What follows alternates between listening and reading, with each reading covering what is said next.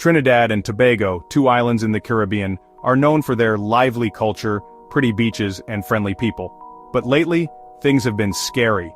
On December 30th, 2024, the government declared a state of emergency. This is a big deal, and it happened because of a terrifying increase in violent crime. People are afraid. The number of murders had gotten out of control, reaching a sad total of 623 right before the declaration. The weekend before was especially bad. A 57-year-old woman was shot and killed while picking up her son from a hospital in San Fernando. A man was killed outside a police station, showing how bold the criminals had become. 5 men were shot near the capital, Port of Spain. These terrible events, and many others, showed that something needed to be done fast. Everyone was worried and wanted a solution to the growing problem.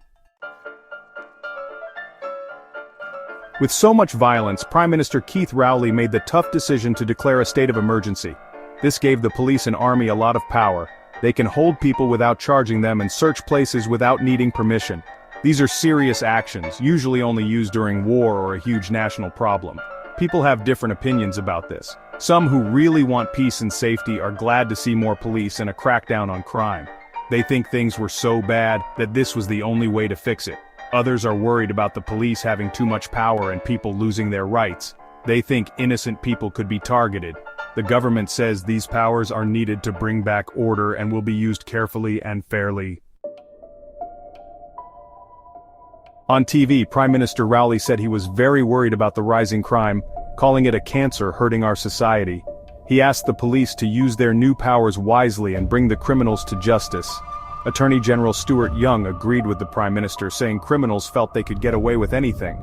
He said the use of powerful guns and organized crime were big parts of the problem. Young also said secret reports showed the violence was connected to gangs and revenge attacks. Other countries noticed the state of emergency. CARICOM, a group of Caribbean countries including Trinidad and Tobago, said they stood with Trinidad and Tobago and offered to help fight crime in the area. Human rights groups asked the government to make sure the state of emergency doesn't hurt people's rights. This isn't the first time Trinidad and Tobago has had a state of emergency. In 2021, there was one because of COVID-19. That one was mostly to stop the virus, but it also gave the police more power and limited where people could go.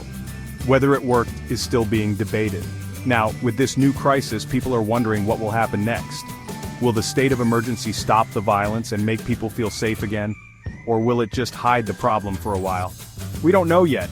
One thing is for sure, things will be difficult for Trinidad and Tobago for a long time.